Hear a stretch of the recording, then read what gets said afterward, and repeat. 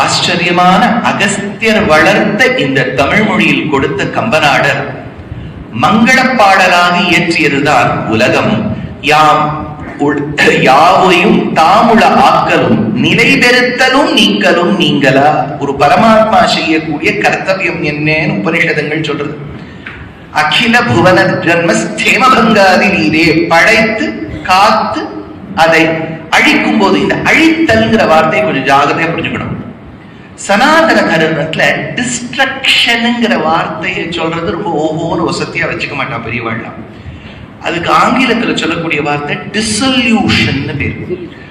ஒரு ஒரு ஆகாரத்திலேருந்து இன்னொரு ஆகாரம் மாறிவிடும், அவ்வளவுதான். அது முழுக்க அழிஞ்சு போயிடுறதுன்னு சொல்லவே முடியாது. அதுக்கு டிசல்யூஷன். அதனால ஜாகிரதையா அழித்தல்னு சொல்லாமல் அது பிரளயம் ஏற்படுதல்னு சொன்னா இன்னும் சிரேஷ்டம். இப்படி அத்தனை காரியங்களையும் பார்க்கக்கூடிய பகவானே உனக்கு நமஸ்காரங்கிற. சுவாமி முன்னாடி சொன்னார், குருகைநாதன் குறைக்கடல் காப்பதை. அதுக்கு அர்த்தம் சொல்லிட்டேன்.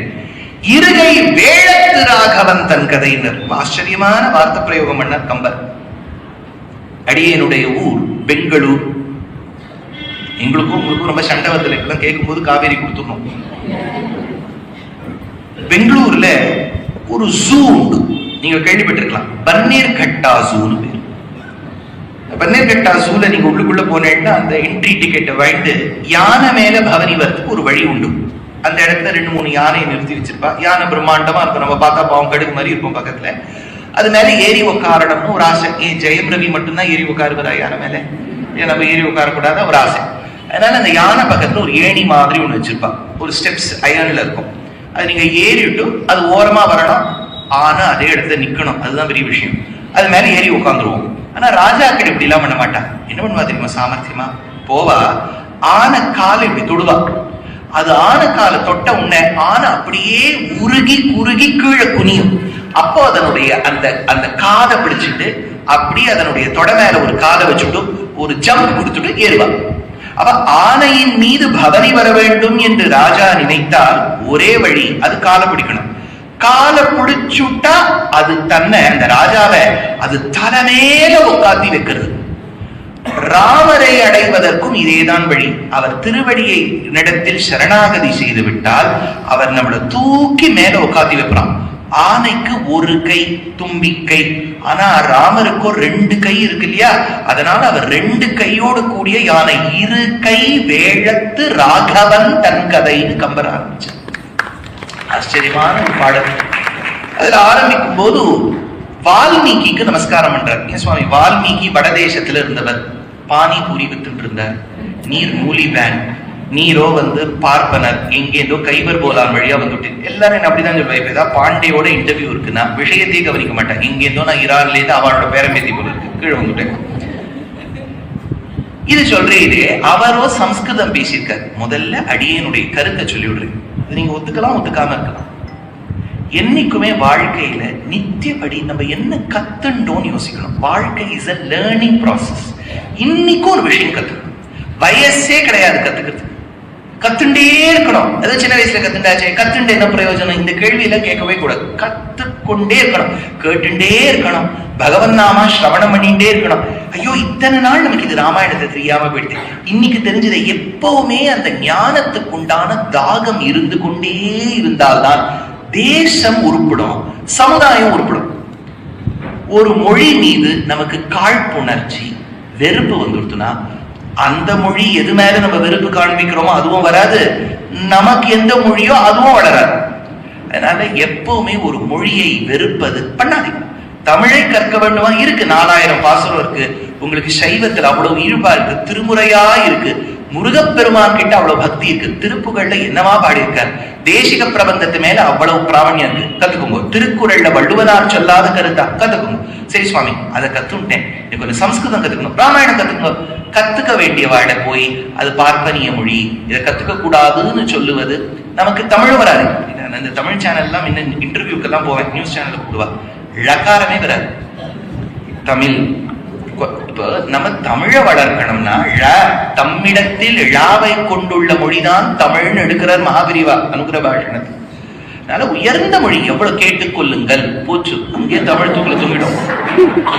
ல வித்தியாசம் தெரியல, நான் வித்தியாசம் தெரியல. இவர் எங்க உட்காந்து தமிழை வளர்க்க போறாரு? 200 ரூபாய் வாங்கிட்டு உட்காந்து வள்ளுவர் கோட்டத்துக்கிட்ட உட்கார வேண்டியதுதான். அதனால எந்த மொழி மீதும் நமக்கு காழ்ப்புணர்ச்சியே இருக்கக்கூடாது. வெறுப்புன்னு லைஃப்ல வந்துடுதுன்னு வச்சுக்கோங்க, அப்ப மனசுக்குள்ள ஒரு அன்புங்கிறதுக்கு இடமே இருக்காது. எதுக்கு இது சொல்ல வந்தேன்?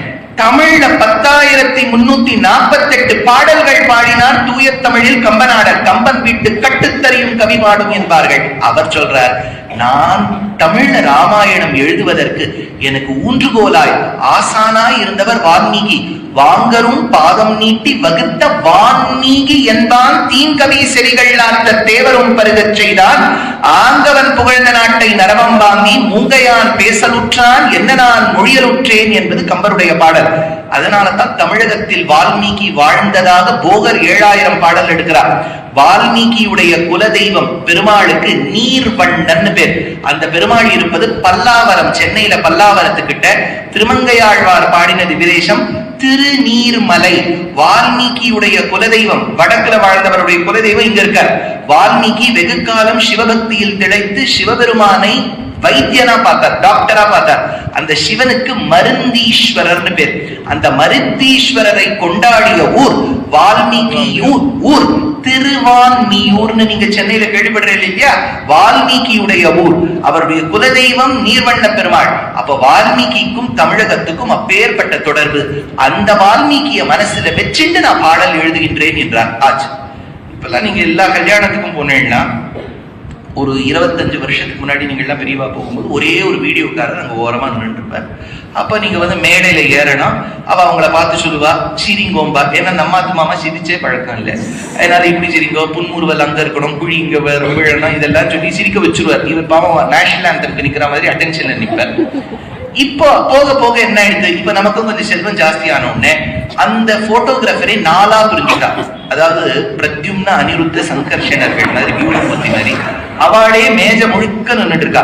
அப்போ அவாளுக்கு கேண்டிட் போட்டோகிராஃபி இருக்கு. நீங்க கேள்விப்பட்டிருக்க. இப்பெல்லாம் நீங்க நிக்கவே வேண்டாம், நீங்க பாட்டுக்கு இருக்கோம், நாங்க பாட்டுக்கு எடுத்துட்டே இருக்கோம். நம்ம கொட்டாவி விடுறது, சொரியது, அதெல்லாம் எடுத்து வச்சுடுறோம். ஆச்சா, இது ஆன கையோட இந்த மாதிரி இந்த போட்டோகிராஃபர்ல இதெல்லாம் பண்ணிட்டு வரா. இப்ப இந்த டெக்னாலஜி வரும்போது இப்ப புதுசா ஒண்ணு வந்திருக்கு, ட்ரோன் கேமரான்னு ஒண்ணு வந்திருக்கு. அது மேல ஆகாசம் கருட பக்ஷி மாதிரி ஒண்ணு பறந்துட்டு இருக்கு. அது மேலேந்து நம்மளை இப்படி பார்த்து எடுத்து. கம்பர் ராமாயணம் எழுதுவதற்கு பூர்வம் ஒரு ட்ரோன் கேமரா ஷாட் கொடுக்கிறார். அயோத்தியாங்கிற ஊர் எப்பேற்பட்ட ஊர்? நிலமகள் முகமோ பூமாதேவி, நம்மை தரிக்கக்கூடிய பூமாதேவியின் அழகான முகம்தானா இந்த ஊர்? நிலமகள் முகமோ திலகமோ திலகமோ. நமக்கு முக்கியமா இந்து மதத்தில் ஆணாக இருந்தாலும் பெண்ணாக இருந்தாலும் பாழும் நெற்றியோடு இருப்பது நமக்கு வழக்கம் இல்லை. அதுக்காக இருக்கிறவாட நம்ம தப்பு சொல்லல. இப்ப ஏனைய மதங்கள்ல அவ இட்டுக்காம இருக்கலாம். நம்ம அவர்களை விமர்சிப்பதற்கு நாம் யாரும் இல்லை. அவர்கள் குல வழக்கம் வச்சுட்டு நமக்கு நம் பெரியோர்கள் ஒரு விபூதியோ, ஒரு திருநீரோ, ஒரு திருமண்ணோ, ஒரு புன்றமோ, ஒரு கோபிச்சந்திரமோ இட்டுக்க வேண்டும். சின்னதா இட்டுண்டா கூட போறோம். பாழும் நெற்றியோடு இருக்கக்கூடாது.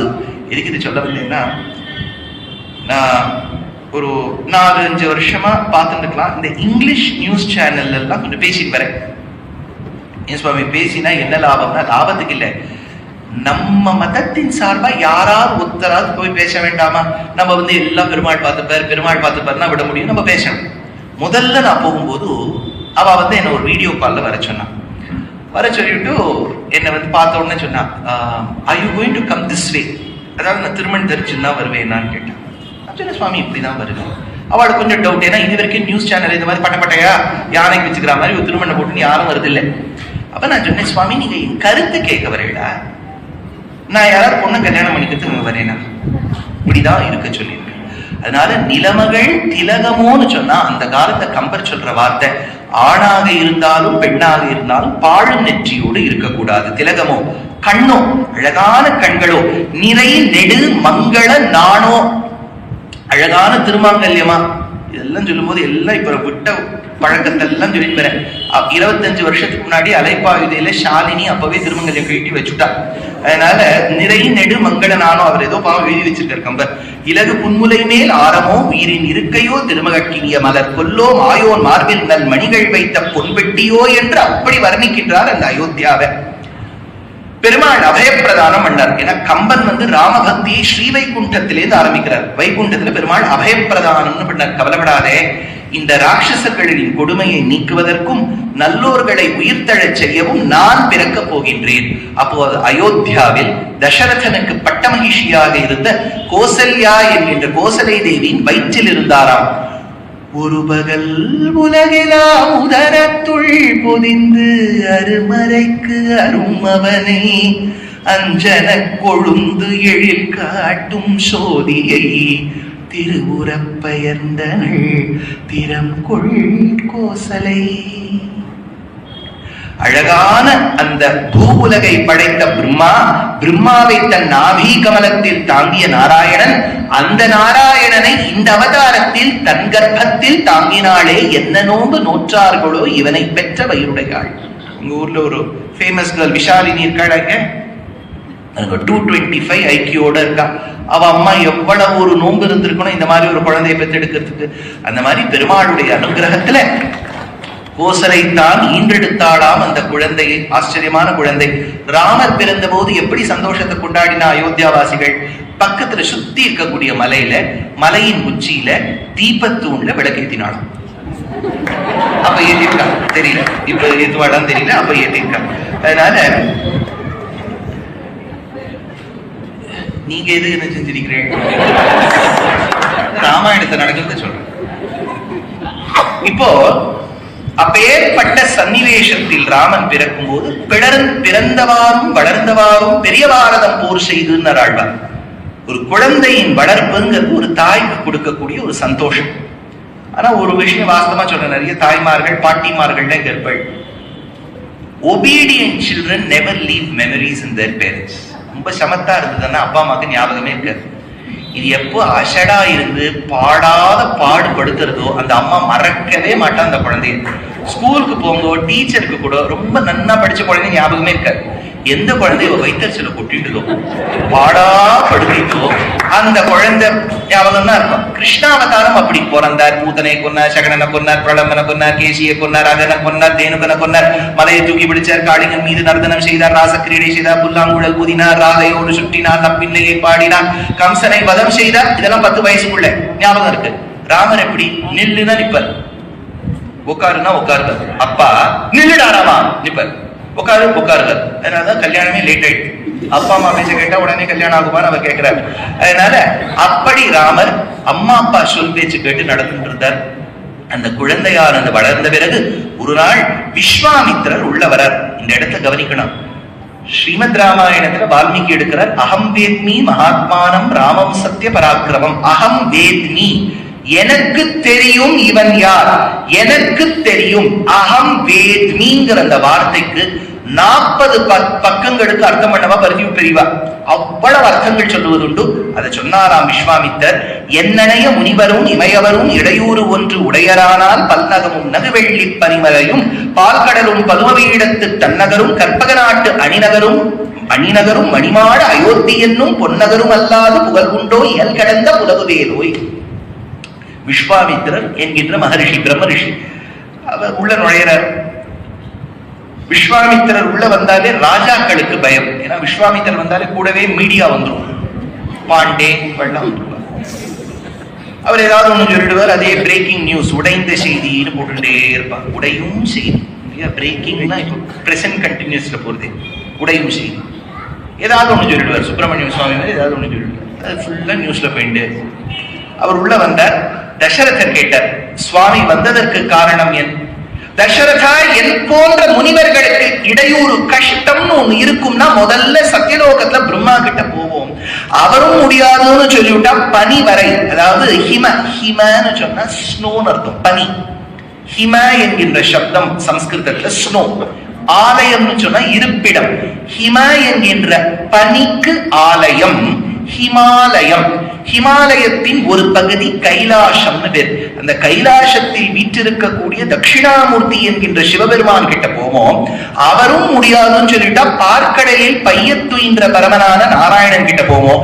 இவ 3 பேர்கிட்ட போயும் ஒரு காரியம் நடக்கலைன்னா உன்கிட்டதான்ப்பா வருவோம். இதுதான் கம்பநாட்டாருடைய பெருமை. விஸ்வாமித்திரர் மாதிரி ஒருத்தருக்கு சாமர்த்தியம், நான் சாமர்த்தியம் எப்படி பேசுறதுன்னு இருக்கு இல்லையா. காஞ்சிபுரத்து உபச்சாரம்னு சொல்லுவாங்க. நீங்க எல்லாம் ரொம்ப தள்ளி இருக்க காஞ்சிபுரத்துல இருந்து. காஞ்சிபுரம் ஒரு சத்தியான ஊர். காஞ்சிபுரத்து உபச்சாரம்னு பேர். என்னன்னா ராத்துக்கு போனா நமஸ்காரம், உள்ள வாங்குவோம், வாங்குவோம், கட்டாயம் வாங்குவோம். நீங்க பேர்பட்ட பெரியவா, நம்மாத்துல போய் சாப்பிடுவேடா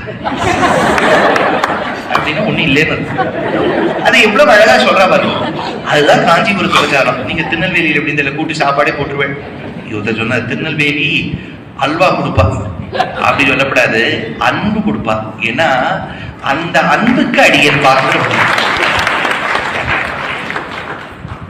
இப்போ விஸ்வாமித்திரருக்கு அப்பேற்பட்ட நாவழக்கம் ஏற்பட்டவுடன் தசரதர் கொஞ்சம் யோசிச்சார். ஏன்னா ரொம்ப காலம் கழிச்சு பிறந்த குழந்தை, அதை எப்படி காட்டுக்கு அனுப்ப முடியும்னு சொன்ன வசிஷ்டோபி மகாதேஜான்னு வசிஷ்டர் வந்து சொன்னாராம், இல்ல அனுப்பி வை.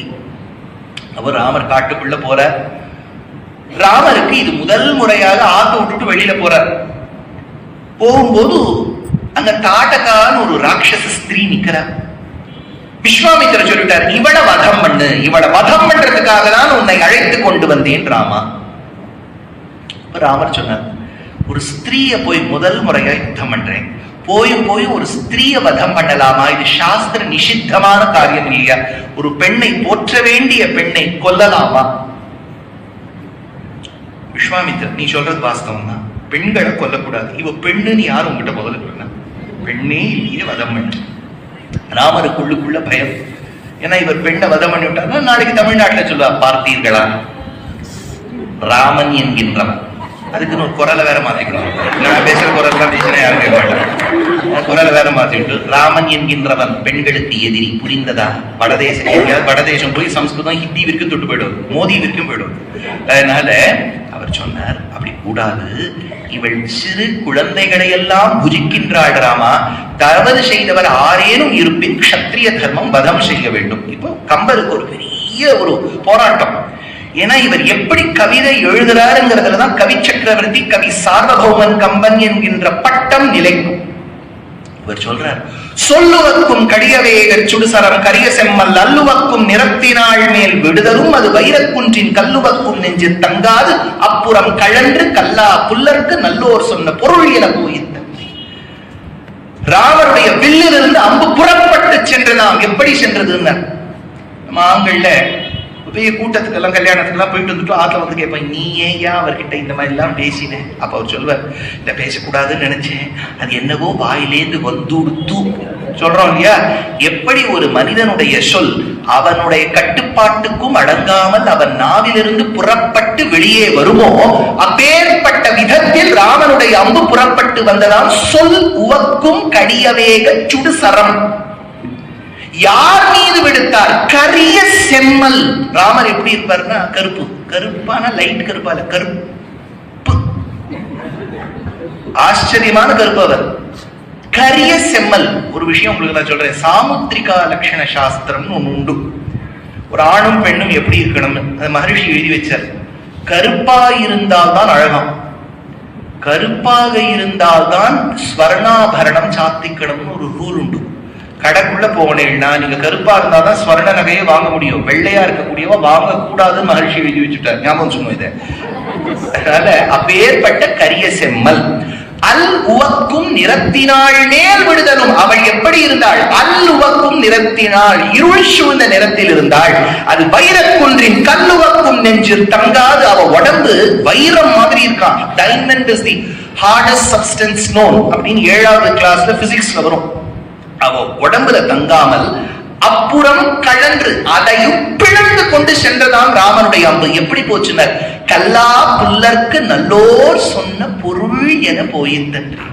பெரியோர்கள்லாம் இங்க இருக்க, உங்களுக்கு தெரியாத ஒரு விஷயம் இல்ல. உங்களுக்கே பொண்ணு பிள்ளை இருப்பா, பேரம் பேத்தி இருப்பா, இல்லாட்டா இனி கல்யாணம் ஆகக்கூடிய வாடம் இருப்பேன். ஒரு வீட்டுக்கு நாம் செல்லும் போது ஒரு ஆத்துக்கு போறோம். நம்ம என்ன எதிர்பார்ப்போம்? உள்ள வாங்கணும். பெரியவா எங்கேயோ வெளில போயிருக்கா, அப்போ அந்த குழந்தை உள்ள கூப்பிடுது. நம்ம கேட்கிறோம், அப்பா அம்மா இருக்காளா? தெரியாது. எப்ப வருவா? I don't know. ஓரளவுக்கு நம்ம ஆத்து குழந்தைகளுக்கு கொஞ்சம் ஆதிதேய சத்காரம் கத்துக் கொடுக்கணும். ஒருத்தர் ஆத்துக்கு வந்தா உள்ள வாங்கும், கொஞ்சம் தீர்த்தம் எடுத்துன்னு வரட்டுமா, அப்பா அம்மா இப்பதான் வெளியில போயிருக்கா, இதோ அரை மணி நேரத்துல வந்துருவா, உங்களுக்கு நான் டிவி போடட்டுமா, புஸ்தகம் கொடுக்கட்டுமா, அந்த பேச்சில அப்படியே நம்ம மயங்கணும். அந்த மாதிரி வளர்க்க வேண்டும். அதையும் பல பேரண்ட்ஸ் டிஃபெண்ட் பண்ணுவா, ஐயோ நீ அப்படி நினைக்காதீங்க, என் குழந்தைக்கு ஹார்ட் ரொம்ப நல்லது பாருங்க. நம்ம வைத்தியர் கிடையாது, ஹார்ட் லிவர் இன்டெஸ்டைன் எல்லாம் பார்க்கறதுக்கு. நாவில் வரக்கூடிய வார்த்தை சுத்தமாக இருக்க வேண்டும். அப்போ அந்த மாதிரி பேசக்கூடிய வடுக்கு வடுக்குன்னு தேள் கொட்டுற மாதிரி பேசக்கூடிய ஒரு குழந்தையை கூட்டு நம்ம சொல்றோம், ஏண்டாப்பா இப்படிலாம் பேசக்கூடாதுப்பா. எப்பவுமே யாராவது ஆத்துக்கு வந்தா உட்காத்தி வச்சு விருந்தோம்பல் பண்ணணும்னு சொன்னா, எந்த வேகத்துல இந்த காதுல வாங்கி அந்த காதுல விடுமோ அந்த வேகத்துல ராமனுடைய அம்பு போச்சான், கல்லா புல்லருக்கு நல்லோர் சொன்ன பொருள் என போய் தன்றே. இதுல இருந்து கம்பர் யாரோ அந்த மாதிரி ஒரு ஆத்துக்கு போயிருக்காருன்னு தெரியாது. அப்போ ராமர் தாட்டகாவை வதம் பண்ணிட்டு சுபாகுவ வதம் பண்ணிட்டு மாரீச்சனை ஓட்டி விட்டார். இதுல ஒரு சின்ன தர்மசாஸ்திரம் சொல்றேன். தாட்டகாவை கொன்னுட்டு யஜ்ஞ சம்ரக்ஷணம் பண்ணும் போதுதான் ராமர் சுபாகுவை கொன்னுட்டு மாரீச்சனை கொல்லாமல் விடுத்தார். தாட்டகாவை கொன்னுட்டார். அவள் ஈன்றெடுத்த 2 புதல்வர்களில் ஒருவனை சுபாகுவை கொன்று மாரீச்சனை விடுத்தார். அவன் தான் பொன்மானா பின்னாடி வரான். சுவாமி கொடுத்ததே 2, ஏன் உத்தர விட்டு வைக்கணும்னா தர்மசாஸ்திரம் சொல்றான். அம்மா போயிட்டாளாம் தாட்டகா, 2 பிள்ளைகளையும் கொன்று விட்டால் அந்த தாய்க்கு இறுதி சடங்கு செய்ய ஒரு பிள்ளை கூட விஞ்ச மாட்டான் என்று தாட்டகாவுக்கு அந்திம சம்ஸ்காரம் பண்றதுக்கு ஒரு பிள்ளையாவது விஞ்சனம்னு அந்த மாரீச்சனை விடுத்து வச்சாராம் ராமர். தர்மோ விக்கிரகவான் கற்பாரி ராமபிரானை அல்லால் மற்றும் கற்பரோன்னு நம்மாழ்வார் சும்மாவா பாடுவார். தர்மமே வடிவெடுத்தவன் ராமன் ஆச்சு.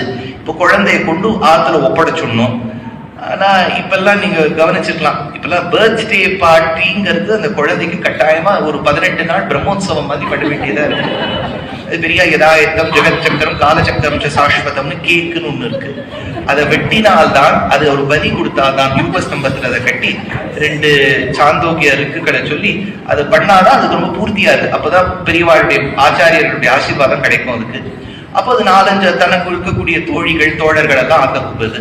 அதுகள் பாவம் பொன்னடி நம்ம மாத்துல சாத்தினதுக்கு ஏதாவது ஒரு கிஃப்ட் கொடுக்க வேண்டாமா? இப்ப யாராவது ஆத்துக்கு வந்தாலே ரிட்டர்ன் கிஃப்ட்னு ஒரு கான்செப்ட் இருக்கு இல்லையா? நம்ம மாத்துக்கு வந்திருக்கேன், போயும் நம்ம மாத்துக்கு வந்திருக்கேன், அதுக்கு நான் ஏதாவது கொடுத்தா நான் பணம்னு அனுப்புறோம் இல்லையா? இப்போ ரிட்டர்ன் கிஃப்ட். இப்ப இந்த 2 குழந்தையும் உழைச்சிருக்கு, அதுக்கு என்ன கொடுக்கலாம்னு யோசிச்சார் விஸ்வாமித்திரர். யாதிருச்சிகமாக ஒரு மெசேஜ் வந்தது, Vishwamitra you have been invited to Janakpuri Mithila. அப்ப அவர் யோசிச்சானா, நம்ம கிட்டதான் எலிஜிபிள் பேச்சுலர்ஸ் 2 பேர் இருக்கா, இவாட கூட்டுன்னு போலாம், கல்யாண மாலைன்னு கூட்டுன்னு போனார். ஊருக்குள்ள நுழையும் போது சிதிலம் அடைஞ்ச ஒரு ஆசிரமம்.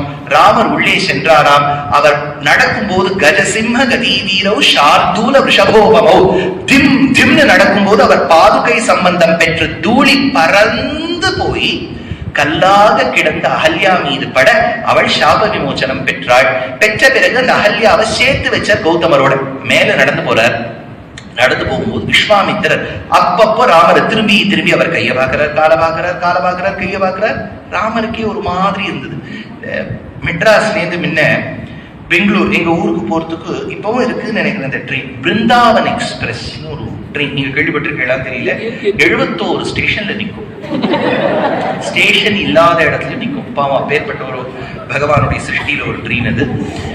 போகும்போது இப்பெல்லாம் என்னன்னா சதாப்தி வந்தே பாரத்லதான் ஒரே பக்கமா சீட்டை வச்சிருக்கான். முன்ன பிருந்தாவன் எக்ஸ்பிரஸ்ல எப்படின்னா நமக்கு முன்னாடி 3 பேர் நம்மளை பார்த்துட்டு இருப்பா, நம்ம கண்ணாடி சேவை மாதிரி நம்ம அவளை பார்த்துட்டு போகணும்.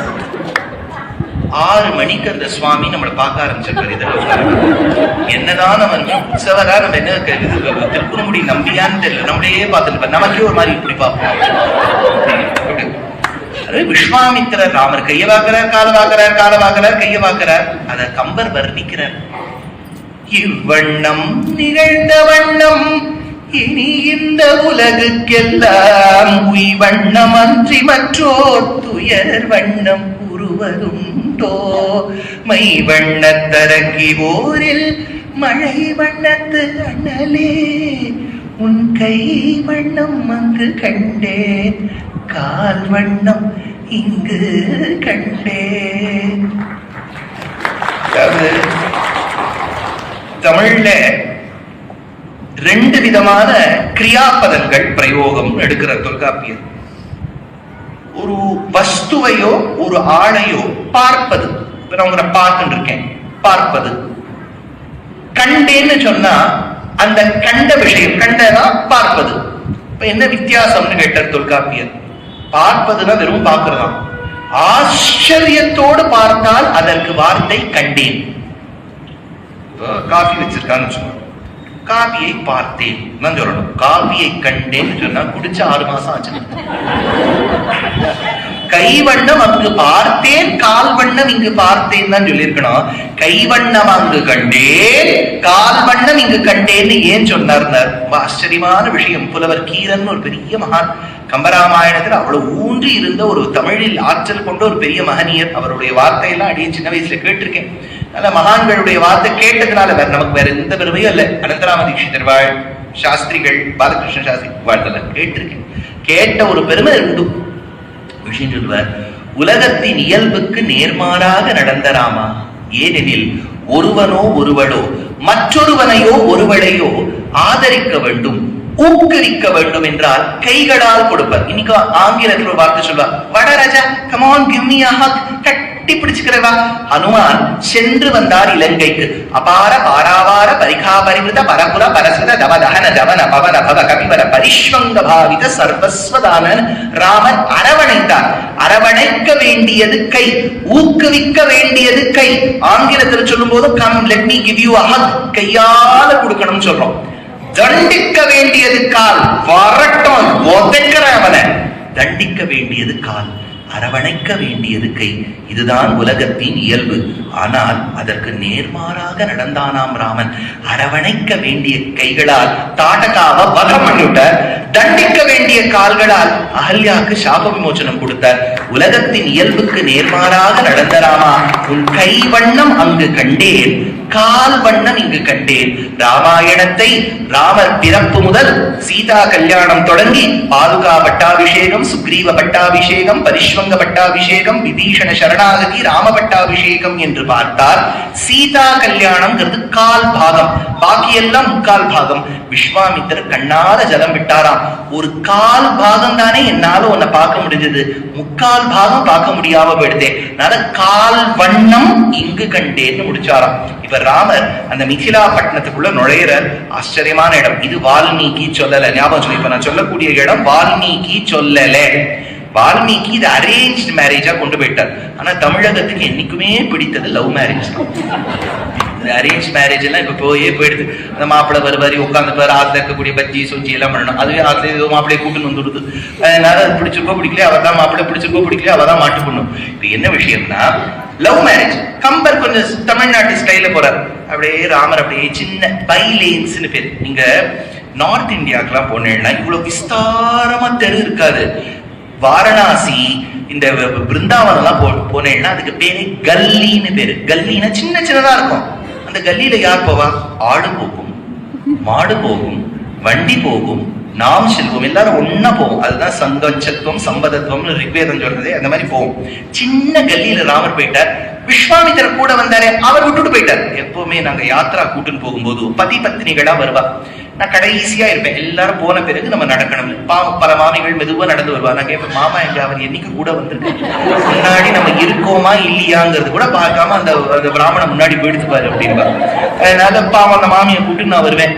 அப்ப கையில மாமி குச்சி வச்சுருப்பா. குச்சிக்கு சம்ஸ்கிருதத்துல என்ன பேர் தெரியுமா? தண்டம்னு பேர். அந்த மாமி பெரிய கவிங்க, அதனால சொல்றா இது தண்டம், அவர் தண்டம். இந்த மாதிரி மாமி பெரிய போயிட்டு. அதனால இந்த இடத்துல விஸ்வாமித்திரர் கிடுகிடு கூட வந்த குழந்தை வராளா இல்லையா ஜாகிரதையா நம்ம பாத்துக்கணுமே. இவர் பிரம்ம ரிஷி ஆயிட்டார், போனா போச்சு அவர் போயிட்டார். லக்ஷ்மணன் எங்கயோ போயிட்டான். ராமர் ஒரு சின்ன கல்லி சின்ன தெருவழியா நடந்து போறாராம். யாதிருச்சிகமாக அந்த தெரு ஜனகன் வாழ்ந்த அரண்மனையின் பழக்கடை. பழக்கடை என்ன தெரியுமோ? உங்கள் புழக்கடை தோட்டத்து வாவியுள் செங்கழி நீர் வாய் நிகழ்ந்து ஆம்பல் வாய்க்குமே. புழக்கடை என்று பெயர். புழக்கடை பழக்கடை பழக் அப்படின்னா என்ன? கொல்லபுரம்னு அர்த்தம். கொல்லபுரத்துல இருந்துட்டு இருக்கார் ராமர். இப்படி போயிட்டு இருக்கார் யாதிருச்சிகமாக. சீதையானவள் தன் தோழிகளோட விளையாடிட்டு இருக்கா. ஏய் த்ரிஷா, அதை எடுத்துட்டா. அவளோட ஃப்ரெண்டு பேரு வச்சுக்கோ. அவ ஏதோ ஒரு கந்துக்கும் எடுத்து தரா. அவ நயன் அப்படின்னு கூப்பிடுறா, அவ எடுத்து தரா. இதெல்லாம் தான் சுவாமி எங்களுக்கு ஞாபகம் இருக்கு. நீங்க என்னவோ பரமாத்மா அது இதெல்லாம் சொல்றீங்களா, அதெல்லாம் உடனே ஞாபகம் இருக்க மாட்டேங்குது. அந்த பந்து எடுத்து தரா. பந்து அப்படியே ஓடி போச்சான். சீதை கிடுகிடுன்னு ஓடி போனாளாம். அந்த காலில அந்த துவனி, சலங்கையின் ஓசை, கொலுசின் ஓசை கிருஷ்ணருக்கும் வரும்னு அன்னமாச்சாரியர் எடுக்கிறார்.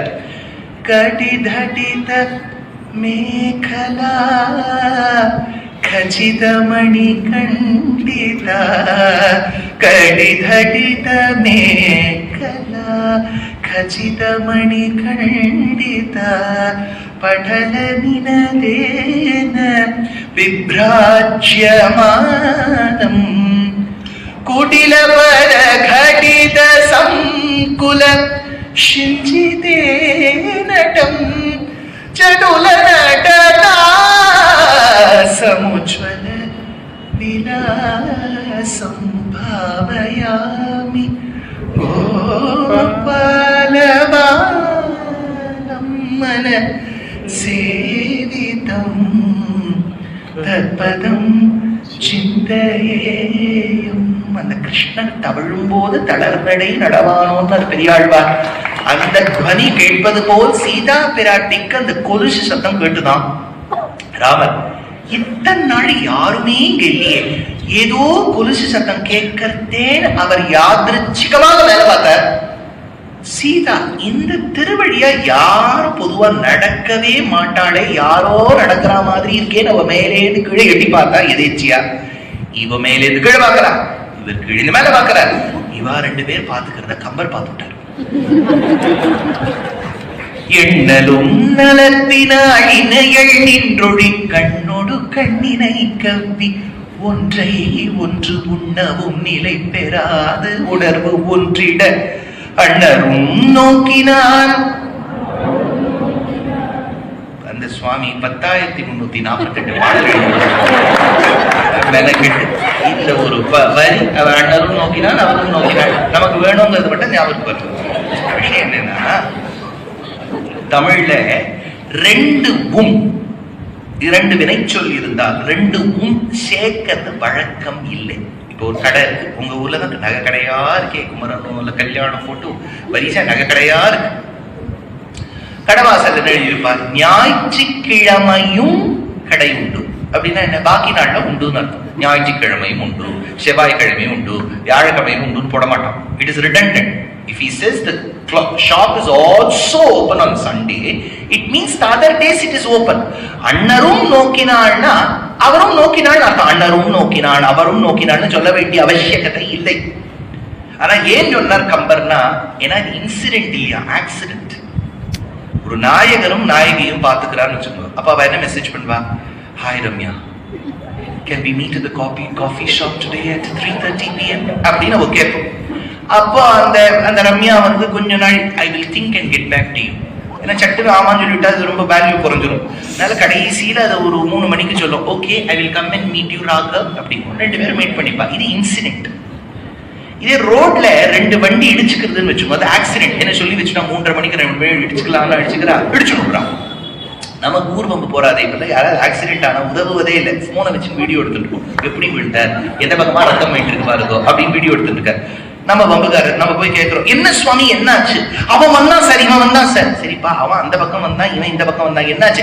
விட்டுங்க சார், அவனும் வேகமா அந்த பக்கம் வந்தா இவனும் வேகமா வந்தான், அவனும் வந்தா இவனும் வந்தான்னு சொல்றோம் இல்லையா? அப்ப ஆக்சிடென்ட் விபத்தாக இருந்தால் 2 வினைச்சொல்லுக்கும் சேர்க்கிறது வழக்கம் உண்டு. சீதையும் ராமரும் ஒருத்தர் பார்த்துட்டு பேசல, யாதிருச்சிகமாக சந்திச்சான். அது மட்டும் இல்லை, ஒரு சூக்ஷ்மமான விஷயத்தை கம்பன் எடுக்கிறார். ஆபஸ்தம்பர்னு ஒரு மகிழ்ச்சி கிரகசூத்திரங்கள் சாதிச்சிருக்கார். இந்த ஆபஸ்தம்ப மகர்ஷி ஒரு விஷயம் சொல்றாரு, எதேச்சியா நம்ம வீட்டுல பொண்ணு பிள்ளை இவ 2 பேருக்கும் நம்ம வந்து ஜாதகம் பார்க்கணும். பார்க்கறதுக்கு முன்னாடி இப்பெல்லாம் நிறைய பாராமீட்டர்ஸ் இருக்கு. அந்த பொண்ணுக்கு வந்து இவ்வளவு படிப்பு இருக்கணும், பிள்ளைக்கு அவ்வளவு படிப்பு இருக்கணும், இவர் படிச்சிருக்கணும், அவர் படிச்சிருக்கணும், இவரும் ரொம்ப படிச்சிருக்கணும், அதுவும் ரொம்ப படிச்சிருக்கணும். ரொம்ப படிச்சா இப்படி சஷ்டத்து பூர்த்தியில தான் கல்யாணம் ஆகும். சின்ன வயசுல ஆகவே ஆக சஷ்டத்து பூர்த்திக்கு வாத்தியாரை கூட்டுடலாம். அப்படிதான் ஆகும். எல்லாரும் கண்டிஷன்ஸ் கொடுக்குற, அவர் இந்த ஹைட் இருக்கணும், ஏறத்தாழ கண்கள் தாமரை இதழ் மாதிரி இருக்கணும், மூக்கு எள்ளுப்பூ மாதிரி இருக்கணும், வாய் கொப்பை செவ்வாயா இருக்கணும், சங்கு கழுத்தா இருக்கணும், மாப்பிள்ளைக்கு அண்ட பக்ஷஸ்தலமா பெருமாளை தான் கல்யாணம் பண்ணிக்கணும். நம்ம மாப்பிள்ளை நம்ம பாக்குற சுரேஷ்கோ ரமேஷ்கோ சுமாரா தான் இப்ப பார்த்தா. அதனால நம்ம யாரை பாக்குறோமோ கல்யாணம் பண்ணிட்டு இன்னும் 40 வருஷம் ஓட்டணும், ஜீவாத்மா மோட்சத்துக்கு போற வழியை பார்க்கணுமே ஒழிய இவ என்னமோ பெரிய லாங் டர்ம் இன்றைக்கும் 7 பிறவிக்கும் ஆண்டாள் சொன்ன மாதிரி 7 பிறவிக்கும் இவரையே வரும்னு நினைச்சிட்டு இருக்கா. சரி, இப்ப விஷயம் என்னன்னா, இந்த அரேஞ்ச்டு மேரேஜ் கான்செப்ட்ல பொண்ணுக்கு பிள்ளையை பிடிக்கணும், பிள்ளைக்கு பொண்ணை பிடிக்கணும், பொண்ணு வீட்டுக்காராளுக்கு பிள்ளையை பிடிக்கணும், பிள்ளை வீட்டுக்காராளுக்கு பொண்ணை பிடிக்கணும், பொண்ணு வீட்டுக்காராளுக்கு பிள்ளை வீட்டுக்காராளை பிடிக்கணும். 5 combination, NCR combinations, permutation and combination மேத்ஸ்ல உண்டு. அதெல்லாம் நம்ம பண்ணி பார்க்கணும். அதோடு சேர்த்து இன்னொரு விஷயம் இருக்கு, ஜாதகம் பொருந்தணும். இந்த அரேஞ்ச் மேரேஜ்ல இதுதான் ப்ராப்ளம். லவ் மேரேஜ்ல இல்லையே. இப்போ ட்ரம்போட பொண்ணா இருந்தாலும் கல்யாணம் பண்ணிக்க வேண்டியதுதான். அது மாமனார் இப்படி இருக்காருன்னு பார்க்க முடியாது. ஆனா இந்த இடத்துல ஜாதகம் பார்க்கணும். ஜாதகம் பார்த்துட்டா ப்ராப்ளம் வந்துடும். குருக்கு ராகு பிடிக்க மாட்டேங்குது, ராகு குரு பிடிக்கும். நிறைய பேர் அடியே எனக்கு மெயில் எழுதுவா, Swami everything is fine, horoscope doesn't match, என்ன பண்றது? அப்ப ஆபஸ்தம்பர்னு ஒரு மகர்ஷி ஒரு சூத்திரம் எழுதியிருக்கார், ஈக்ஷண சூத்திரம். அதுல என்ன சாதிக்கிறார் ஆபஸ்தம்பர்?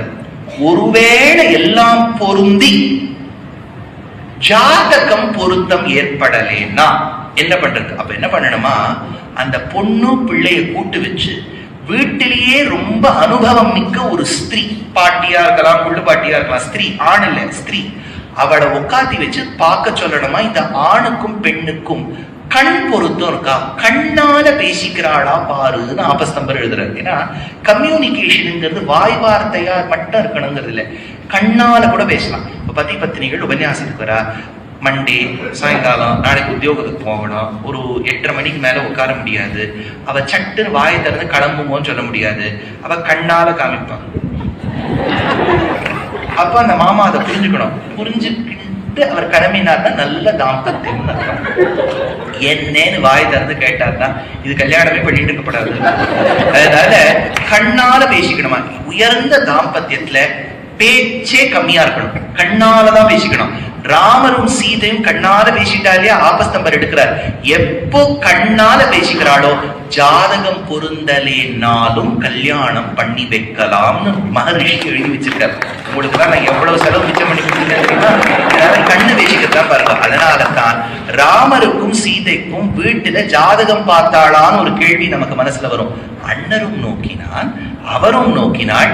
எதுக்கு பார்க்கணும்? அருணாச்சல கவிராயர் எடுத்த காருலாவும் சிருலாவும் இதேனையில் கன்னி மாடம் தனிர் முன்னே நின்றவர் யாரோ இவர் யாரோ என்ன பேரோ. போனாரா ராமர். கம்பன் எனும் ராம பக்தன். ராமன் நடந்தாலே அதுக்கு ஒரு 10 பாடல் எழுதுவார். ராமன் போய் வில்ல எடுத்தார், முடிச்சுட்டார். அவருடைய இன்டென்ட் முறிக்கணுங்கிறது இல்லை. யோசிச்சு பாருங்க, ஒருத்தராத்துக்கு போய் அவன் பொருள் எல்லாம் உடைச்சுட்டோம்னு சொல்லுவோம், நமக்கே ஒரு மாதிரி பாவமா இருக்கும். ராமர் ஜனகரை பார்த்து, சுவாமி இது எங்க அப்பா என்ன நன்னா தான் வளர்த்தார், அதிர்ச்சிக்கமா எடுத்தேன், அது கொஞ்சம் கிராக் விட்டுக்கு போறதுக்கு உடஞ்சுடுத்தோ, எனக்கு ஷமிங்கோ. ஜனகர் சொல்லிட்டு அதெல்லாம் கவலைப்படாம ஃபெவிகால் இருக்கு ஒட்டிக்கிறேன், என் பொண்ணை கல்யாணம் பண்ணிக்கிறேன். ராமருக்கு ஒரு பெரிய ஹார்ட் அட்டாக் வந்துட்டு, உடைச்சிக்கலாமா கல்யாணம் பண்ணிப்பா இல்லையா, எதாச்சும் ஒரு ஆத்துல போய் உடைச்சா கல்யாணம் பண்ணிப்போன்னு போய் சொல்லிட்டு போவாரு. அவர் உடனே ராமர் சொல்லிட்டார், எங்க அப்பாவுக்கு கடுதாசி எழுதுங்கோ, எங்க அப்பா ஒத்துண்டா தான் இந்த கல்யாணம் பண்ணிப்பேன்னாரு. அதை நீங்க கவனிக்கணும். ராமாயணத்துல ராமர் கிட்ட பின்னாடி ஒரு ஜெர்னலிஸ்ட் கேட்டார், நீங்களும் சீதையும் எப்படி ஒன்னா இருக்கு? அதுக்கு அவர் சொல்றார், தாராஹா பித்ருகிருதா இதி, ஏன்னா எங்க அப்பா பார்த்து வச்ச பொண்ணை கல்யாணம் பண்ணிட்டேன் இல்லையா, அதனாலதான் நான் நல்லா இருக்குங்கிறார் ராமர். அப்ப அப்பா ஒத்துண்டால் தான் கல்யாணம். ஆனா ஜாகிரதையா சொன்னார், இந்த அவதாரத்துல அப்பா பார்த்து வச்ச பொண்ணு. ஏன்னா கிருஷ்ணாவதாரத்துல ஒரு பொண்ணு தேவகி பாக்கல. அன்னைக்குன்னு ஒரு மாட்டு பொண்ணு வருவோ, கதவை தட்டுவோ, இவன் என்ன ஹாரதி, என்ன பேரு ருக்மிணி, போ ஹாரதி எடுப்போ, உள்ள போவோம். அடுத்த நாள் சத்யபாமானூத்தி வருவோம். இவளுக்கே மறந்து போயிடும் யாரு மாட்டு பொண்ணு யாரு மாட்டு பொண்ணு இல்லைன்னு. அது வரிசை. ராமருக்கு அது கஷ்டமே இல்லை, ஒரே ஒரு பெண். அந்த சீதையை மணந்தாராம். சீதையை மணந்த பிறகு இப்போ நேர உள்ளுக்குள்ள பட்டின பிரவேசம் பண்றான். பெரிய விஷயம் நான் சொல்றேன், நீங்க எல்லாம் ரொம்ப பெரியவா, அடியே உங்க பிள்ளை ஸ்தானத்துல ஒரு சின்ன ஒரு சஜஷன், எதுவுமே அட்வைஸ் பண்ற நிலைமையில நான் இல்லை, சாதாரண கேட்கிற நிலைமையில தான் நான் இருக்கேன். நம்ம ராமாயணம் பாகவதம் பாரதம் எல்லாம் பார்த்தோம்னா எவ்வளவு பேருக்கு பிள்ளை, எவ்வளவு பேருக்கு மாட்டு பொண்ணு. ஒரு இடத்துல கூட மாமியார் மாட்டு கொண்டு சண்டை போட்டு சச்சரவே நம்ம கிரந்தங்கள் இருக்காது. உயர்ந்த விஷயம். குந்தி திருவடியில விழுந்து திரௌபதி சேவிக்கிறார் ஸ்ரீ மகாபாரதத்துல. அப்ப குந்தி சொல்றா, அம்மா திரௌபதி, நான் சின்ன வயசுலேருந்து ரொம்ப கஷ்டப்பட்டிருக்கேம்மா, நான் சின்ன வயசுலேருந்து ரொம்ப கஷ்டப்பட்டிருக்கேம்மா. நான் சின்ன வயசுல இருக்கும்போது வசுதேவருக்கு தங்கையா இருந்தேன், பிருதான்னு பேரு. பக்கத்து தேசத்து ராஜா குந்தி போஜனுக்கு குழந்தைகள் இல்லையேன்னு சொல்லிட்டு என்னை தத்து கொடுத்துட்டா. சட்டுன்னு போய் அங்க அட்ஜஸ்ட் பண்ணிக்கிடமா இருந்தது. என்ன இருந்தாலும் அந்த குழந்தைய நீங்க சிட்டனு இன்னி வரைக்கும் இவர் தான் அப்பா, நாளையிலேருந்து இவர் தான் அப்பான்னு சொன்னா கொஞ்சம் அட்ஜஸ்ட் பண்ணிக்கிறதுக்கு டைம் ஆச்சு. அப்படின்னு பண்றதுக்குள்ள துர்வாசர் கிட்டேன்னு ஒரு மந்திரம் கிடைச்சதுமா. விளையாட்டுத்தனமா அதை பண்ணி ஒரு குழந்தைய பெத்துட்டேம்மா. அந்த குழந்தைய கங்கை ஆத்தங்கரையில விட்டேம்மா. அது எனக்கு அடுத்த துக்கமம்மா. அடுத்தது பாண்டுவ கல்யாணம் பண்ணிட்டு கொஞ்ச நாள் சுகபோகங்களை அனுபவிக்கலாம் நினைச்ச ஒரே வாரத்துல கடத்ரி, சம்ஸ்கிருதத்துல பத்னி, ஒய்ஃபுக்கு இன்னொரு வார்த்தை களத்திரம்னு பேரு. கடத்ரினா கூட இருக்கக்கூடிய பத்னி, கோவைஃப். கடத்ரி அப்படிங்கிறது தான் மருவி. தமிழ்ல சக்களத்தின்னு சொல்றோம் இல்லையா? சக்களத்தி எதிர்ச்சையாங்கிறது தான் எதேச்சியா. கடத்ரி அப்படிங்கறத சக்களத்தி. தமிழ்ல அதுக்கு ஒரு வார்த்தை உண்டான்னு கேட்டா மணவாள மாமனிகள் சாதிக்கிற மாற்றாட்டின்னு பேர், வியாக்கியானத்துல எடுக்கிற. அதனால அப்படி இருந்ததுமா. ஐயோ, அதுக்குள்ள மாதிரி வந்துட்டா. சரி, குழந்தைகளின் மூலமாகவாவது சந்தோஷம் அனுபவிக்கலாமேன்னு நினைச்ச திரௌபதி, அதுக்குள்ள பதி மூலமாக எனக்கு குழந்தை வராதுன்னு தெரிஞ்சுடுத்து. அப்ப தேவதைகளை பிரார்த்தித்து யுதிஷ்டிரன், பீமன், அர்ஜுனனையும் மாதிரி என்கின்றவள் நகுல சகதேவரையும் மீண்டெடுத்தார்கள். குழந்தைகளோடு பதியோடு சந்தோஷமா இருக்கலாமே நினைச்ச போது பாண்டு மரித்து விட்டார். மாதிரியும் என்னை விட்டு சென்று விட்டாள். அநாதையாக இருந்த குழந்தைகளை ஒரு சிங்கிள் மதரா நான் வளர்த்தேன்மா. நாங்கள் எல்லோரும் சந்தோஷமாக ஒரு அரண்மனைக்குள் செல்லலாம் என்று நினைத்தால் இந்த சகுனியும் துரியோதனனும் அந்த மாளிகையை அரக்கு மாளிகையாகி எரித்தார்கள். திரௌபதி, வாழ்க்கையில பிறந்தத்திலேருந்து இன்னி நாள் வரைக்கும் நான் கஷ்டப்பட்டிருக்கேம்மா. நீ எனக்கு மாட்டு பொண்ணா வந்திருக்கேன் சொல்றா மகாபாரதத்துல. நான் பட்ட கஷ்டம் நீ ஒண்ணுமே படக்கூடாது திரௌபதி சொல்றாளே, அதுதான் ஒரு மாமியாருக்கு உண்டான லட்சணம். எவ்வளவு உயர்ந்த ஸ்தானத்துல நம்ம பாரதம் ராமாயணம் காமிக்கிறது பாருங்க. நான் இருந்த போது எனக்கு என்ன நிஞ்சா மிக்சி இருந்ததா? உரம் தானே இருந்தது, அரடி அப்படின்னு சொல்லக்கூடிய காலம் எல்லாம் மாறி நான் பட்ட கஷ்டம் நீ படக்கூடாதுன்னு சொல்றாளே. நம்ம எவ்வளவோ விஷயம் பாரதம் ராமாயணத்துல கிட்டேந்து அன்றாட வாழ்க்கைக்கு நம்ம கத்துக்கணும் தெரியுமா? ஏதோ நம்ம கதையா கேட்டுட்டு போயிடும். ஆஹா, ரொம்ப நன்னா சிவாஜி நடிச்சார், ரொம்ப நன்னா பத்மினி நடிச்சார். அது இல்ல, வாழ்க்கையாக வாழ்ந்த இதிகாசங்கள் ராமாயணம் பாரதம். அதனால இவ உள்ளுக்குள்ள போனா ஞாபகம் வச்சுக்கோ, ராமரை கை படுத்தி எடுத்தா, சீதையை படுத்தி எடுக்கல. அதுதான் ஒரு விஷயம். பிள்ளைய பத்தி படுத்தி எடுத்தா. She may have had right over her son but not over her daughter-in-law. சரி, இப்போ எல்லாம் சுகமாக வாழ்க்கையில அனுபவிக்கும் போது ஏதாவது ஒரு கஷ்டம் வருமா வராதா? இனி வரைக்கும் நல்லா போச்சு. சாயங்காலம் உபன்யாசம் கேட்கிறேன் பாருங்க, எல்லாம் ஃபைனா போயிட்டு இருக்கும்போது ஏதாவது கஷ்டம் வருமா இல்லையா? அதனால அது அனுபவிக்கும் போது மந்தராங்கிறவோ வந்தா. மந்தராங்கிறவோ யாருன்னா கைகேயி சின்ன வயசுல அஸ்வபதிங்கிற தன் தந்தைக்கும் அவளுடைய அம்மாவுக்கும் ஒரு பெண்ணாக இருக்கும் போது அவளை பார்த்து கொண்ட ஒரு பணிப்பெண். இப்ப நீங்க விதேசங்கள்லாம் போயிட்டேன்னா பொண்ணும் மாப்பிள்ளை ரெண்டு பேரும் ஒரு இடத்துல வேலை பாக்குறாங்கன்னா நானின்னு ஒத்தி வருவோம். நீங்க கேள்விப்பட்டிருக்கா தெரியல. அவளுக்கு ஒரு மணி நேரத்துக்கு $20 கொடுத்துட்டா அந்த சீதன வெள்ளாட்டி வந்து குழந்தைய பார்த்துப்போம். இப்ப இதுல என்னன்னா, ரெண்டு பேரும் உழைக்கணுமான்னு கேட்டா இன்றைய காலகட்டத்துல நம்ம பாக்குற செலவுக்கு உழைக்கணும். ஏன்னா பெரியவாள்ல நீங்க நிறைய பேர் இருக்கு. நீங்கள்லாம் சின்ன வயசுல வளர்ந்த போது அப்பா அம்மா கிட்டே இருந்து தீபாவளி அன்னைக்கு மட்டும்தான் புது வஸ்திரம்ங்கிறது கிடைக்கும். இப்பெல்லாம் நமக்கு நித்திய தீபாவளி. இவர் நடந்து போறார், அப்படி பாக்குறார், ஏறத்தாழ எனக்கு இருக்கக்கூடிய ஷால் வேஷ்டியை பார்த்தா திரௌபதி இப்ப கேட்டா நானே கொடுத்துருவேன். கிருஷ்ணரே வேண்டாம், அவ்வளவு வஸ்திரம் என்கிட்டயே இருக்கு. 9, 5, 10 நானே கொடுத்துருவேன் வேஷ்டி. அதனால எல்லார்கிட்டையும் வஸ்திரம் வந்துடுத்தோ, செழிப்பு வந்துடுத்தோ, பணம் வந்துடுத்தோ, என்ன பண்றதுன்னு தெரியல. செலவழிக்கிறதுக்கு எல்லாரும் டெஸ்டினேஷன் வெட்டிங். இருக்கும் இடத்தை விட்டு இல்லாத இடம் தேடி எங்கெங்கோ அலைகின்றான் ஞானத்தங்கமே பாடினார். இங்கேருந்து போய் இட்டலியில சோனியா காந்தியுடைய அனுகிரகத்துல ஒரு கல்யாணம் பண்ணிட்டு திரும்பி கொண்டுறோம். எதுக்கு சொல்ல வந்தேன்னா, அவ்வளவு செல்வ செழிப்பு இருக்கு. ஆனா இந்த இடத்துல குழந்தைகளை வளர்க்கணுங்கிற இடத்துல அப்பா அம்மா கொஞ்சமாவது கவனம் செலுத்த வேண்டும். அப்படி செலுத்தாமல் போய்விட்டால் கைகேயி நிலைமை. ஏன் சொல்றேன் கேளுங்க. கைகேயியை நித்தியப்படி வளர்த்தவள் மந்தரா. she was only a caretaker. காத்தால 6 மணிக்கு டியூட்டிக்கு வந்துட்டு 6 மணிக்கு போக வேண்டியவா, அவ்வளவுதான். சம்பளம் வாங்கக்கூடியவள் அவள்.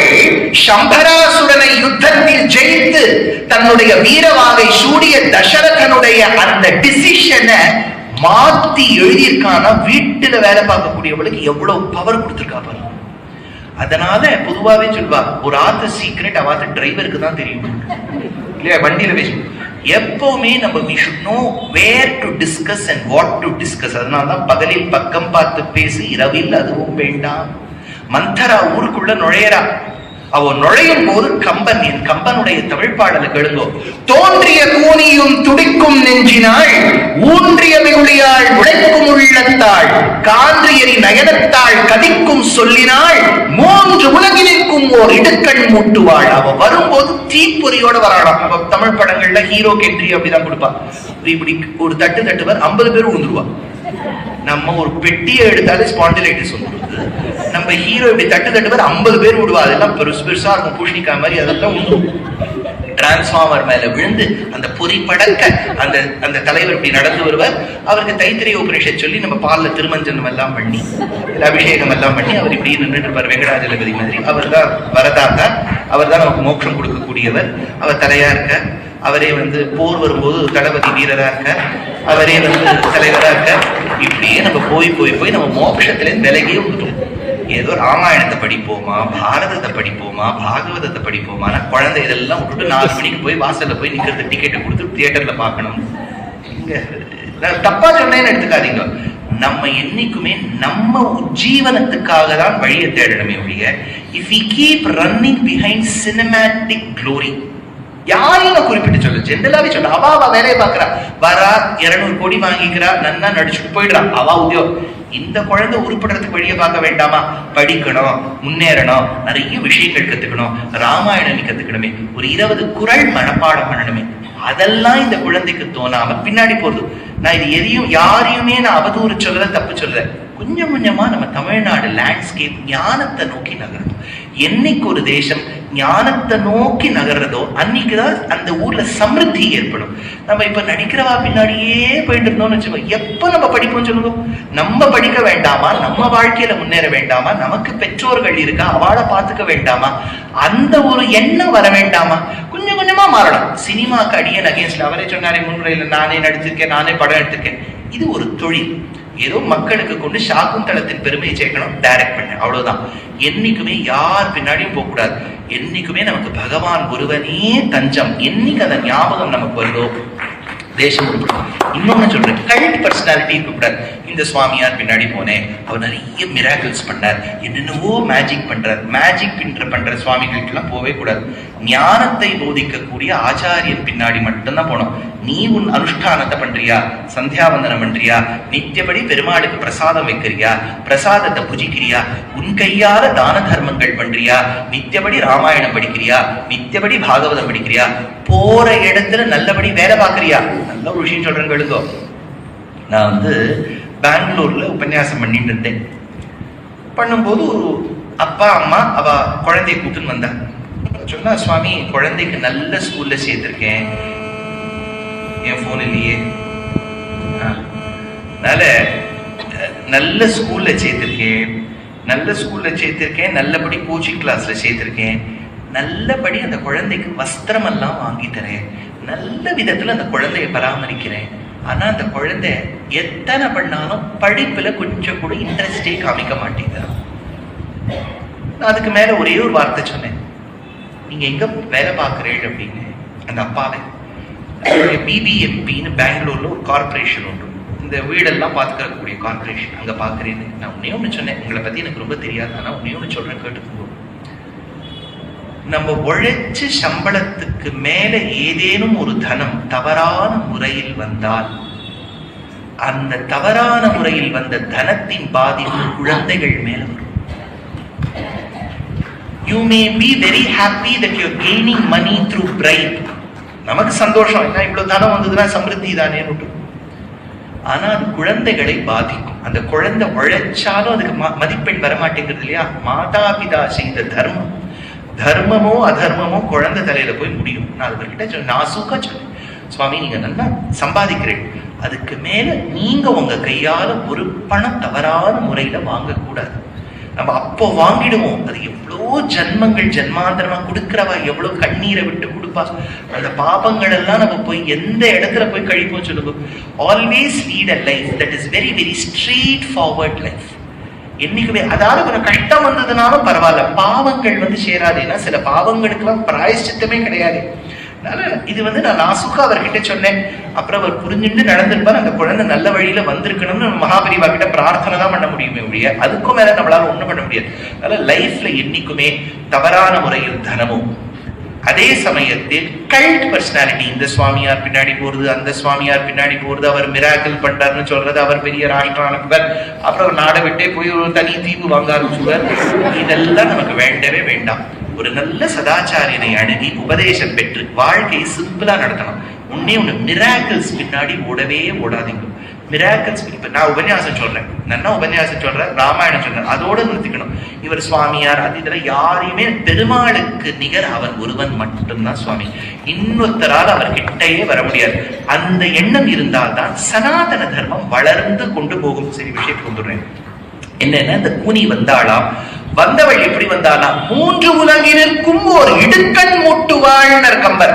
ஒரே இடத்துல இருந்து 3 வீட்டுக்கும் சண்டை வச்சிருக்கலாம். இந்த சாமர்த்தியம் உண்டான்னு கேட்டா பல பேருக்கு உண்டு, ஆணுக்கும் உண்டு பெண்ணுக்கும் உண்டு.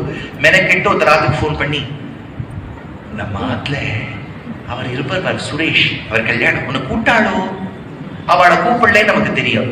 எதுக்கு வீணா இன்னொருத்தர்கிட்ட கோள் சொல்ல வேண்டும்? இது ஆண்டாள் சொல்றா, தீக்குறளை சென்று ஓதோம். நம்ம வாயால இன்னொருத்தர் மேல தூஷணமே வரக்கூடாது. ட்ரை பண்ணுங்க, நம்ம மனித இயல்பு வரும், கொஞ்சம் கொஞ்சமா கண்ட்ரோல் பண்ணணும். ஏன்னா இன்னொருத்தரை பத்தி தூஷணம் சொல்லும் போது சாஸ்திரம் சொல்றது அவளுடைய கர்மா நம்மளோட ஒட்டிக்குமா. வாயால சொல்லக்கூடாது. பிடிக்கலையா பேசாம இருந்துருக்கும், அதுக்கும் மேல சொல்ல வேண்டாம். 3 உலகிற்கும் ஓர் இடுக்கண் மூட்டுவாள். அவ வந்துட்டா. ஊர் மக்கள் போய் கிட்ட போய் தசரதன் சொன்னார், அப்பா நீ காத்தால நான் தலைவாரின்னு இருந்தேன், ஒரே ஒரு முடி நரைச்சு போச்சு, நரைத்தது ஓர் மயிர் நற்கம்பர். இவ்வளவு வருஷம் ஆண்டு ஒரு முடி என் தலையை பார்த்தா வெறும் வெள்ள முடிதான், இன்னைக்கு ஹிமாலயாஸ்கே வச்சு விடலாம். அவருக்கு ஒரு முடி நரைச்சிருந்தது. அப்போ அது சொல்றதா, தம் கர்ண மூலமாக ராமேர் ஸ்ரீன்யஸ்யதாமிதி கைகேயி சங்கையேவாக பரிதட்சத்மனாஜரா. ராஜா நீ ஆண்டது போரும், இந்த ராஜ்யத்தை உன் பிள்ளை கிட்ட கொடு. அதனால ஊர் மக்களே, மந்திரிகளே, அந்த காலத்துல ரொம்ப படிச்சவாளா இருந்தா மந்திரிகள், ஏதாவது அவ கிட்ட போய் சொன்னா, அப்பா என் பிள்ளைய ராஜாவாக்கலான் இருக்கேன், நீ நீங்க என்ன நினைக்கிறேன்னு. அவ என்ன சொல்லியிருக்கணும், உன் பிள்ளை நல்லவன்னு சொல்லியிருக்கணும். சொல்லலையா, ராமன் பட்டாபிஷேகம் கண்டருள்வதற்கு என் காரணம் தெரியுமோ ராஜான்னு கேட்டாளாம். அவ கேட்டாளா, என் காரணம், அவன் மனைவி நல்லவள். பதவிக்கு வரவாளை விட அவ குடும்பம் அவளுக்கு எந்த விதமான கஷ்டமும் கொடுக்காமல் இருந்தால் அதுவே போரும். பதவிக்கு வரவாளுக்கு ராம பக்தி இல்லாமல் இருக்கலாம், அவ பத்னி கோவில் கோவிலா போராடி. எதை நீங்க நினைக்கிறேன், நீங்க எதையோ நினைச்சு கை தட்டுறேன். ராமாயணத்துல இருக்கிறது அப்படியே சொல்றேன். அதனால மண்ணினும் நல்லள், மலர்மகள், கலைமகள், கலையூர் பெண்ணிலும் நல்லள் என்று இந்த இடத்துல எடுக்கிறார். ராமருக்கு சந்தோஷம். இப்போ குழந்தைய கூட்டு நீ ராஜான்னு சொன்ன போது ராமருக்கு திருமுகத்துல சந்தோஷமா. இது அப்படியே சித்திரம் போட்டு வச்சுக்கோங்க. போன்ல you can take a selfie with Rama. இப்ப செல்ஃபி எடுத்தாலும் இப்படிதானே. அதனால இப்ப ராமருடைய திருமுகத்தை அழகா எடுத்து வச்சுக்கோங்க. அப்புறம் மேல என்ன வருதுன்னு பாக்கலாம். இப்ப மந்தரா போய் முட்டாள் அப்படின்னு கைகேயி கிட்ட சொன்னா, அப்ப கைகேயி கேட்டா, எனக்கு என்னடி கஷ்டம் வரப்போறது, ராமன் என்கின்ற ஒரு பிள்ளையை நான் ஈன்றெடுத்த பொழுது. நமக்கு தெரிந்த விஷயம், கைகேயை ஈன்றெடுக்கவில்லை, கோசலையின் பிள்ளைதான் ராமன். ஆனா அவ பாவிச்சது ராமரை தன் பிள்ளையாக. எவ்வளவு மணிக்கு? மத்தியானம் 12:45 பார்த்திருக்கான். ராமர் தான் என் பிள்ளைன்னு. 2:15 தசரதர்கிட்ட வரம் கேட்கிறான். 1.25 மணி நேரத்துல இவ கைகேயி மனச கலைச்சிருக்கானா, இவ எப்பேற்பட்ட கன்சல்டன்டா இருக்கும் இல்லையா? இந்த மந்திர சாதாரணப்பட்டவடா, கலக்கியமா மனத்தரளாய் கைகேசி வரம் வேண்டார் ஆழ்வார். அவ மனச போட்டு கலைச்சு நேர தசரதர் வந்தார். கீழே கிடந்தாளாம் அந்த கைகேயி. எங்க தாத்தா பாட்டி கிட்ட ரொம்ப நாள் வளர்ந்தேன், அந்த பெருமை எனக்கு உண்டு. தாத்தா பாட்டி கிட்ட வளர்ந்தாரு நிறைய. ஏன்னா அப்பா அம்மாக்கு இல்லாத மெச்சூரிட்டி தாத்தா பாட்டிக்கு இருக்கும். இதே பாட்டி அம்மாவா இருந்த போது படாத பாடு குழந்தை படுத்திப்போம். அது அந்த அனுபவம் வர வர வர வர அப்படியே அது தெளிந்த ஞானம் வரும். தாத்தா பாட்டி கிட்ட வளர்ந்த குழந்தைன்னா அது தனி லட்சணம். தாத்தா கீழே வெறும் தரையில படுத்துட்டேன்னு சொல்வார், வெறும் தரையில கிடக்க கூடாது, சாஸ்திர நிஷித்தம். அது பாயாத போட்டுக்கணும், ஏதாவது ஒன்று போட்டுக்கணும். வெறும் தரையில் கிடக்க கூடாது நம் திருமேனி. நம்ம சரீரத்துக்குள்ள ஆத்மாவுக்கு அந்தரியாமியா பெருமாள் இருக்கார். நம்ம நல்லவர்களோ இல்லையோ உள்ளுக்குள்ள இருக்கக்கூடியது பகவான். அந்த பகவானுக்கு மதிப்பு கொடுக்க வேண்டும். அதனால்தான் சனாதன தர்மத்துல ஆத்மஹத்யா கூட கூடாது. சரீரம் அழியும், ஆத்மா அழியாது. அழியக்கூடியது சரீரமாக இருப்பினும் you have no right to commit suicide. Sita சுந்தரகாண்டத்தை தற்கொலை பண்றதுக்கு முயற்சி பண்றார். திருவடியான ஹனுமான் முயற்சி பண்றார், தடுத்து அவாளே நிறுத்துறா. ஏன்னா பண்ணக்கூடாது. அதனாலதான் நம்ம பெரியோர்கள்லாம் விரதம் இருக்கும்போது கூட பார்த்து விரதம் இருக்கும்னு சொல்லுவா. சாஸ்திரம் அத்தான பேருக்கும் சொன்ன ஒரே ஒரு விரதம் ஏகாதசி விரதம். தசமி ராத்திரி நீங்க சாயங்காலம் 6 மணிக்கு சாப்பிட்டு 7 மணிக்கு சாப்பிட்டீங்கன்னா அன்னி ராத்திரி 7 மணிலேருந்து ஆரம்பிச்சு அடுத்த நாள் முழுக்க ஏகாதசியில முழு பட்டினி இருந்து துவாதசி அன்னைக்கு காத்தால பெருமாளுக்கு நீங்க ஆராதனை சிம்பிளா பண்ணுங்க.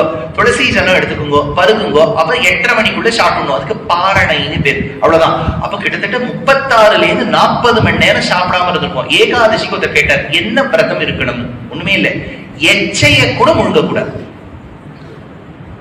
நம்ம என்ன ஏகாதசி விரதம் இருக்கோம்? இட்லி, சட்னி, தோசை, பழங்கள், இதெல்லாம் சாப்பிட்டா ஏகாதசி அடுத்த ஏகாதசி பசிக்காது. இப்படி இருக்கக்கூடாது. சாஸ்திரம் சொன்ன விஷயம் ஏகாதசி. நமக்கு தோணின நாள்லாம் விரதம் இருக்கக்கூடாது. ஏகாதசி விரதம் மட்டும்தான் சாஸ்திரம் விகிதமா சொல்லியிருக்க ஆன்மீக கிரந்தத்துல. அதனால இந்த பெண் கீழே கிடந்தாளாம். தசரத ஐயோ கைகேயி, இவ்வளவு அழகாத என்னுடைய பத்னியே நீ பூமியில் கிடக்கலாமான்னு ஆளாக்க தூக்கி கட்டில இட்டாளாம். என்ன ஒரு கதையில சொன்னோம்னா என் பத்னி கேட்டா முடியுமான்னு நான் சொன்னேன். கைகேயி ரொம்ப மெல்லிசா இருந்தா, அதனால அவரால் தூக்க முடிஞ்சது.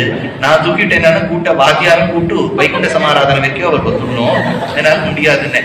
அழகா தூக்கி கட்டில வச்சாலாம். கேட்டாராம் தசரதம், உள்ளம் வந்தது செய்தேன் ஒன்றும் லோபே கேள் கைகேயி, உனக்கு என்ன பிடிச்சிருக்கோ கேளு. கம்பன் எனும் ராமபக்தன் இந்த இடத்துல எடுக்கிற ஒரு வார்த்தை.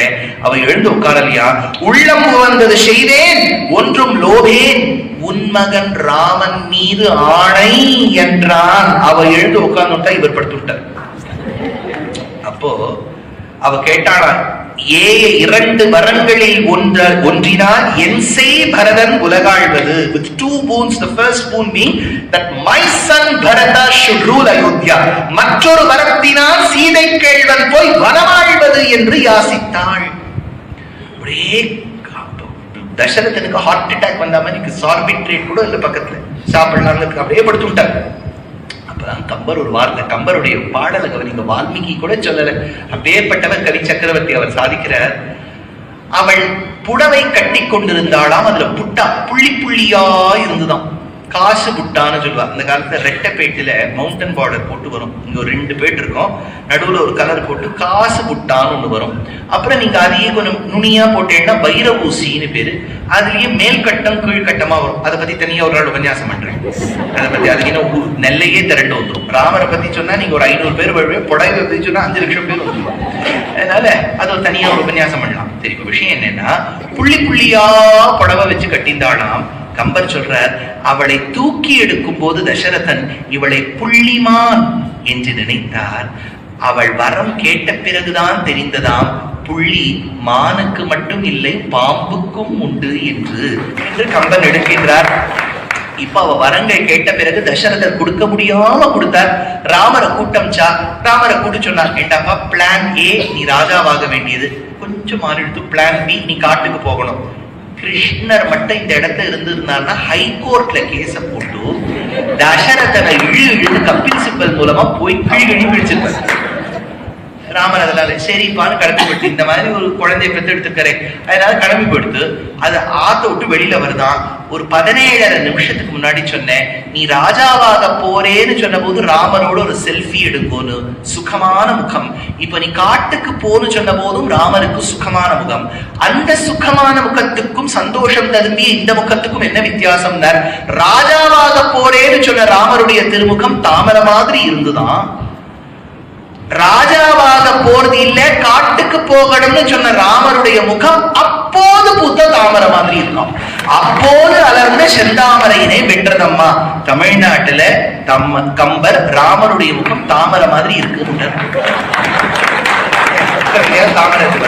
அதனால அப்பேற்பட்ட அந்த திருமுகத்தை சொன்னார். ராமர் கிளம்பி போகணும்னு பார்த்தார். சீதை கிட்ட போனார். சீதா, வெகு காலமாக நீ என்னோடு ஒரு பத்னி தர்மத்தை கடைபிடித்து வந்தாய். எனக்கு தெரியும் உனக்கு என் மீது எத்துணை காதல் என்று. உனக்கு தெரிந்திருக்கும் எனக்கு உன் மீது எத்துணை காதல் என்று. எனக்கும் தெரியும் நீயும் என்னை மிக விரும்புகிறாய் என்று. ஆனா